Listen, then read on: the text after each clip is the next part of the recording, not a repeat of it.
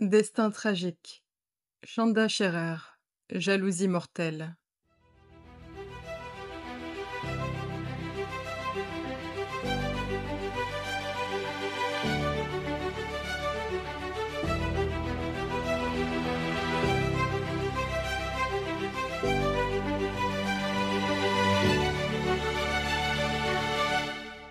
Bienvenue dans ce nouvel épisode de Destin tragique, le podcast qui explore les parcours captivants et souvent tragiques de personnes connues ou inconnues à travers le monde.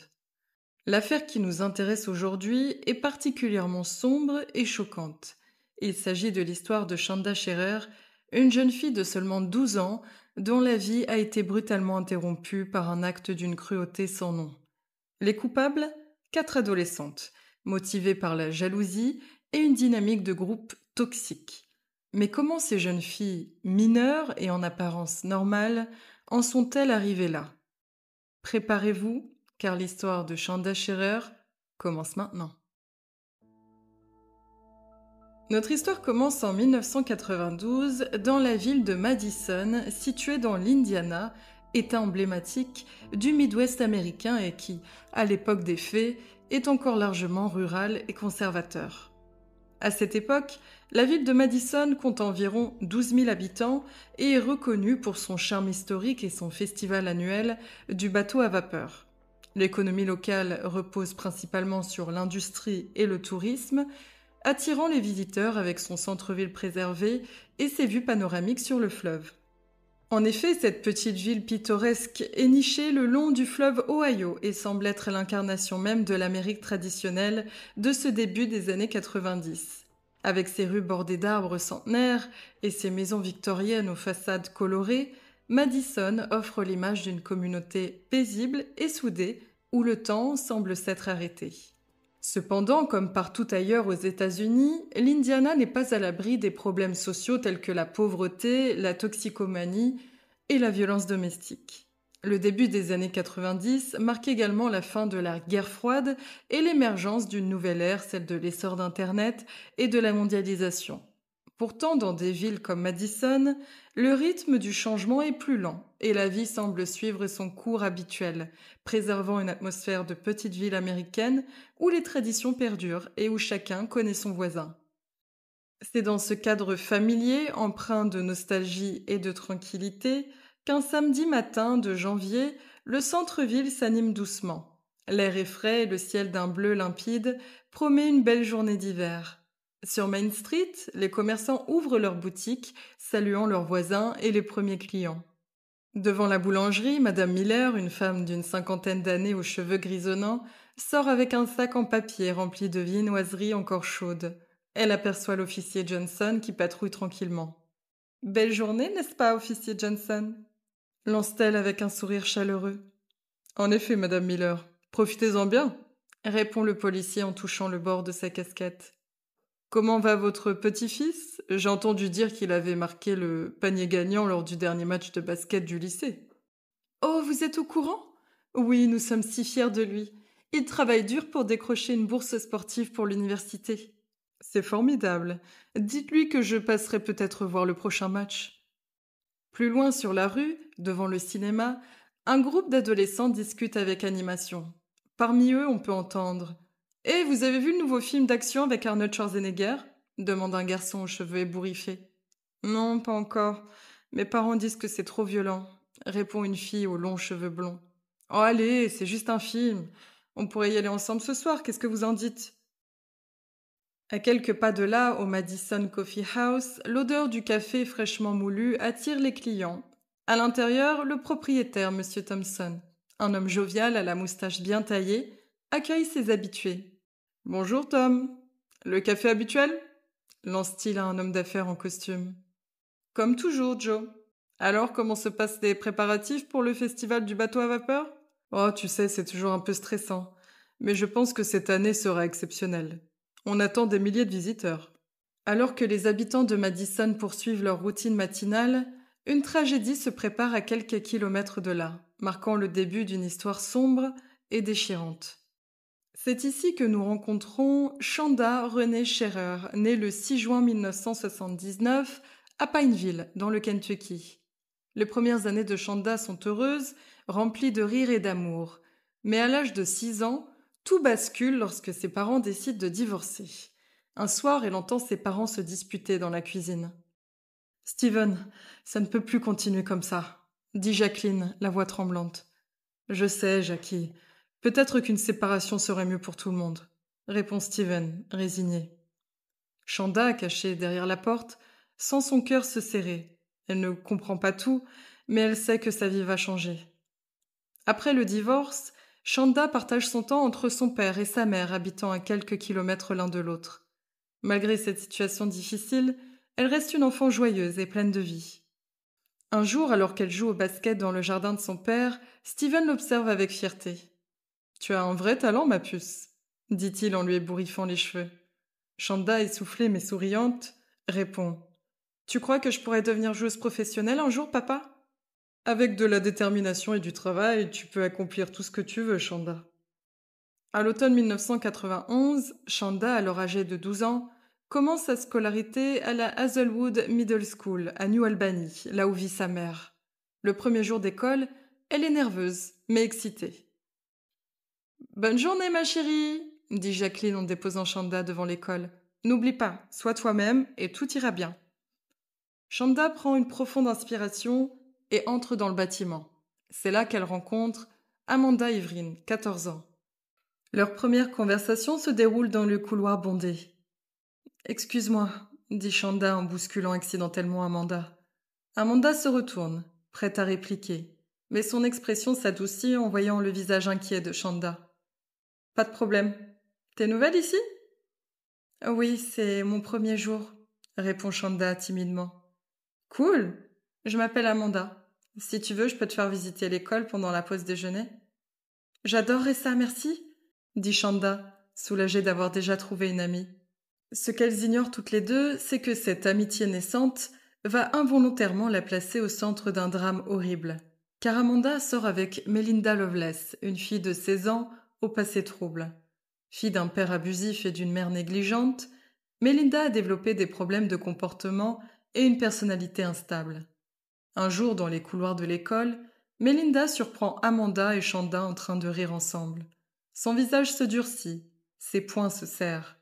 Elle murmure pour elle-même. « Cette petite garce va me le payer. Amanda est à moi. » Les jours passent et les menaces de Melinda envers Chanda deviennent de plus en plus explicites. Un soir, lors d'une fête, Melinda, ivre et en colère, crie devant tout le monde. « Je vais la tuer! Vous m'entendez? Je vais tuer cette salope de Chanda !» Ses amis rient nerveusement, pensant qu'il s'agit juste d'une crise de jalousie adolescente. Au début, personne ne prend ces menaces au sérieux. Cependant, l'atmosphère autour de Chanda change progressivement. Des regards furtifs et des chuchotements dans les couloirs créent une tension palpable. Les parents de Chanda commencent à percevoir ces signes inquiétants et décident d'agir pour protéger leur fille. Les rumeurs, d'abord vagues, deviennent plus précises et alarmantes au fil des jours. Ils entendent parler de disputes dans les couloirs et de menaces proférées à voix haute dans la cour de récréation. Une mère d'élève rapporte à Jacqueline avoir surpris une conversation où le nom de Chanda est mentionné avec des intentions violentes. Un professeur exprime également ses inquiétudes concernant le comportement agressif de certaines élèves envers Chanda. Mais ce qui va vraiment pousser les parents à agir, c'est un appel anonyme reçu un soir. Une voix tremblante les avertit. « Votre fille est en danger. Melinda Loveless a juré de lui faire du mal. Protégez-la. » Un soir, il décide d'avoir une conversation sérieuse avec Chanda dans le salon familial. « Ma chérie ?» commence Jacqueline, la voix empreinte d'inquiétude. « Ton père et moi pensons qu'il serait mieux pour toi de changer d'école. » Chanda, surprise et bouleversée, les larmes aux yeux, proteste. « Mais maman, j'ai des amis à Hazelwood, je ne veux pas partir. Pourquoi je devrais changer d'école ?» Steven intervient doucement, posant une main rassurante sur l'épaule de sa fille. « C'est pour ta sécurité, Chanda. Nous avons entendu parler de cette fille, Melinda. Les rumeurs disent qu'elle te menace ouvertement. Un de tes professeurs nous a même appelés pour nous faire part de ses inquiétudes. » Jacqueline ajoute « Chérie, nous savons que c'est difficile, mais nous avons reçu des appels anonymes nous avertissant que tu pourrais être en danger. Nous ne pouvons pas ignorer ces avertissements. » Chanda, confuse et effrayée, demande Mais qu'est-ce que j'ai fait? Pourquoi Melinda me déteste-t-elle autant? Après une longue discussion et beaucoup de larmes, Chanda finit par accepter à contre-cœur. En novembre 1991, elle commence à fréquenter sa nouvelle école. Le premier jour dans son nouvel établissement, Chanda se sent perdue et seule. Elle pense à ses amis de Hazelwood, à Amanda et se demande si tout ce changement était vraiment nécessaire. Ce qu'elle ignore, c'est que malgré les efforts de ses parents pour la protéger, le danger rôde toujours. Quelques mois plus tard, le soir du 10 janvier 1992, c'est le début du cauchemar pour Chanda. Melinda Loveless, consumée par sa jalousie et sa rage, n'a pas abandonné ses intentions meurtrières et décide de mettre en place un plan macabre avec l'aide de 3 autres adolescentes. Laurie Tackett, 17 ans, Aubrey P, 15 ans, et Toni Lawrence, 15 ans. Les 4 filles se retrouvent chez Laurie Tackett sous prétexte d'aller à une soirée. L'atmosphère est tendue, chargée d'une excitation malsaine. « Alors, on va vraiment le faire ?» demande Hope, sa voix trahissant un mélange de nervosité et d'anticipation. Melinda, les yeux brillants d'une lueur inquiétante, répond « Oui, cette petite garce va payer pour m'avoir volé Amanda. » Laurie intervient, un sourire cruel aux lèvres. « J'ai tout ce qu'il faut dans ma voiture. On va bien s'amuser ce soir. » Toni, visiblement mal à l'aise, murmure « Je ne suis pas sûre que ce soit une bonne idée. » Melinda la fusille du regard. « Tu es avec nous ou pas? Si tu veux partir, c'est maintenant. Mais si tu restes, tu la fermes et tu suis le plan. » Les filles montent dans la voiture de Tackett. Loveless, armée d'un couteau, se cache dans le coffre. Le trajet jusqu'à la maison de Chanda est silencieux, chacune perdue dans ses pensées. Vers minuit 30, Ripley et Lawrence sortent de la voiture et s'approchent de la maison de Chanda. Elle frappe doucement à la fenêtre de sa chambre. Chanda, surprise, ouvre la fenêtre. « Qu'est-ce que vous faites là ?» Hope, feignant l'enthousiasme, chuchote. « On a une surprise pour toi. Amanda veut te voir. Elle nous a demandé de venir te chercher. » Chanda hésite. « Mais il est tard et mes parents… » Toni la rassure. « On te ramènera vite, promis. Allez, viens, ce sera marrant. » Après quelques instants d'hésitation, Chanda accepte et sort discrètement de la maison. Elle monte dans la voiture, inconsciente du danger qui l'attend. À peine la portière fermée, Melinda surgit du coffre, son couteau pressé contre la gorge de Chanda. « Surprise, salope !» siffle-t-elle. Chanda, terrifiée, supplie. « S'il vous plaît, ne me faites pas de mal. Je ferai tout ce que vous voudrez. » Laurie démarre en trombe, riant. « Oh, tu vas faire tout ce qu'on veut, crois-moi. » Elles conduisent jusqu'au Witch's Castle, un lieu isolé et sinistre. Là, l'horreur commence vraiment. Loveless et Tackett forcent Chanda à se déshabiller. « Tu croyais vraiment pouvoir me voler Amanda ?» crache Melinda en giflant violemment Chanda. Laurie ricane. « Montre-lui ce qui arrive aux petites putes dans son genre. » Pendant des heures, elle torture Chanda. Les coups pleuvent, entrecoupés de cris de douleur et de supplications. Finalement, croyant Chanda morte, elle la jette dans le coffre. Mais l'horreur ne s'arrête pas là. Sur la route, elles entendent des gémissements venant du coffre. « Cette salope est encore vivante !» s'exclame Laurie, arrêtant brusquement la voiture. Melinda ouvre le coffre, son visage déformé par la rage. « Tu ne sais pas quand il faut mourir, hein ?» Elle recommence à torturer Chanda, s'arrêtant plusieurs fois pour la poignarder à nouveau. Au petit matin, épuisée mais toujours animée d'une frénésie meurtrière, elles conduisent jusqu'à un champ isolé. « Finissons-en !» dit Melinda, sortant un bidon d'essence du coffre. Elles aspergent le corps meurtri de Chanda et y mettent le feu. Les cris d'agonie de Chanda, toujours vivante, résonnent dans l'air froid du matin. Après cet acte d'une cruauté inouïe, les 4 filles, comme si de rien n'était, se dirigent vers un McDonald's pour prendre leur petit déjeuner. « J'ai faim », dit Laurie nonchalamment. « Qui veut des pancakes ?» Les autres acquiescent, laissant derrière elles une scène d'horreur qui hantera la région pendant des années. Le jour suivant, vers 10h30 du matin, le corps calciné de Chanda est découvert par un chasseur dans un champ près de Madison. L'enquête démarre immédiatement, mais les enquêteurs ont peu d'indices au départ. La résolution du crime survient le soir même, lorsque Toni Lawrence, rongée par la culpabilité, se rend au poste de police avec ses parents. Elle révèle les événements de la nuit précédente, identifiant Chanda comme la victime et nommant les autres filles impliquées. Rapidement, les enquêteurs arrêtent Melinda Loveless et Laurie Tackett. Hope Rippey est également appréhendé peu après. Les 4 filles sont initialement inculpées en tant que mineures, mais étant donné la gravité du crime, le procureur décide de les juger comme adultes. L'autopsie révèle l'étendue des tortures subies par Chanda. Le médecin légiste, Dr George Nichols, déclare « En 20 ans de carrière, je n'ai jamais vu un tel niveau de cruauté infligé à un être humain. » Le procès attire l'attention nationale, choquant l'Amérique par la jeunesse des accusés et la brutalité du crime.